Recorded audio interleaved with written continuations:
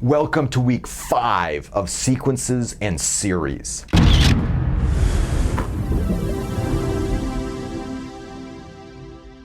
We're going to be looking at power series. These are series that look like this. The sum, say n goes from 0 to infinity, of a sub n, just some numbers, times x to the n. That means you get to pick a sequence, a sub n. For example, maybe a sub n is 2 to the n, just the sequence of the powers of 2. The important thing here is that a sub n doesn't depend on x in any way. A sub n is just a formula in this case given in terms of n, but not x.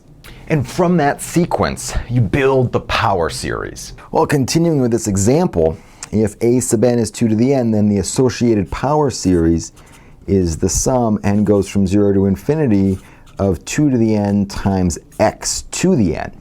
The cool thing is that in a ton of cases, the power series that we're building are actually representing functions we already know about. Well, what about this case? What happens here? Well, 1 over 1 minus x is the sum n goes from 0 to infinity of x to the n. That's just the formula for summing a geometric series. Now look at what happens if I replace x by 2 to the n. Right, then 1 over 1 minus 2x, that must be the sum n goes from 0 to infinity of 2x to the n, which is exactly what I've got here. This is the sum n goes from 0 to infinity of 2 to the n times x to the n.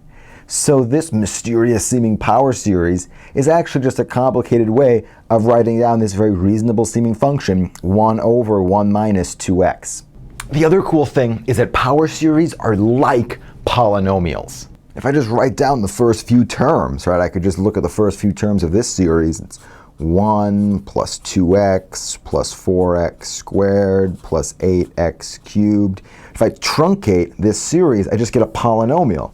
And then as soon as I write the plus dot dot dot, as soon as I'm thinking of this as sort of a polynomial that goes on forever, well, that's really what a power series is. So power series are really very cool. They let us translate a lot of our intuition for polynomials into other more complicated functions. We're going to see that there are power series representations for very complicated functions like sine and cosine. But since these power series look like polynomials, it's going to let us translate some of that intuition about polynomials into those more complicated transcendental functions.